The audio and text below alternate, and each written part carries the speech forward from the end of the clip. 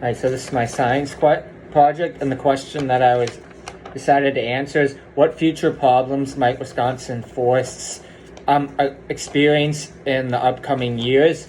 And so then the first thing I decided to do was just a bunch of graphs, and the first one that is right here is just showing a map outline of all the different forest areas in the state of Wisconsin. And so we're in the Mequon area, which is gonna be right about in this area right here. You can see that. So we are in the central of Lake Michigan coastal area that we are in for the forest region. And then so the second picture right here, it's just the deer population throughout the state of Wisconsin. And so our deer population is, we have around 64 deer every square mile. The third picture I have here is the number. Wait, which one is it? It's the number of accidents every year that because of deer and deer running into the road and stuff. And then the last picture here is going to be post-hunt deer population. And as you can see, there's still a number of deer. There's still more deer than that they would like in the state of Wisconsin. So they're currently trying to fix that. Alright, and then just some random facts about forests and stuff in Wisconsin is that Wisconsin has 17 million acres of forest land. About 50% of the state, it's about 50% of the state's total land area, which was definitely very surprising to me. Around 32% are publicly owned, and they account for around 65,000 jobs.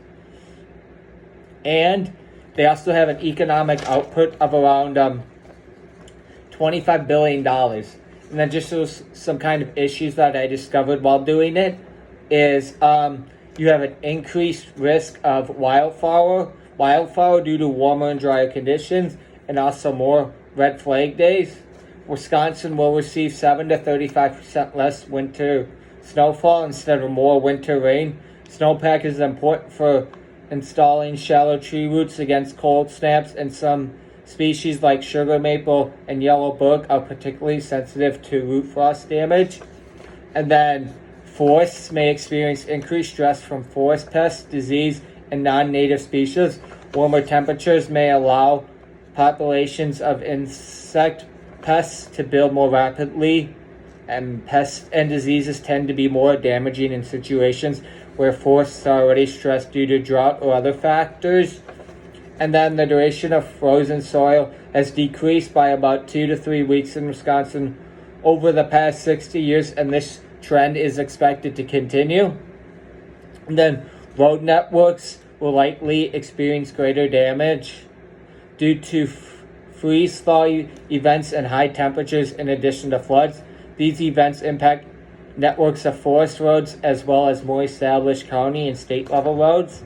And then I guess just kind of some ideas that you could to help with these issues is forest adaptation, and that is maintain and restore hydrology, reduce competition for moisture, nutrients, and light, retain biological legacies, reduce landscape fragmentation, manage herbivore to promote regeneration of desired species, and establish or encourage new mixtures of native species. And then very lastly, here at the bottom is the main point that I'm trying to get at, is that it is very important to take care of our forests, because if we don't, it's going to end up causing a lot of problems for us in the future. Like, for starters, some people don't really know this, but trees they provide air, and so if we're cutting down trees or not taking care of trees, then that's really going to affect it.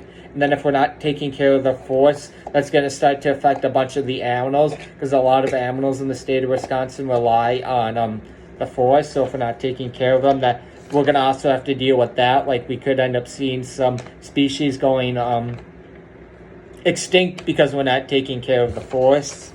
And so it's just really important for us to make sure of that. And then lastly, you can't really see, but I have my resources and websites that I use. And yeah.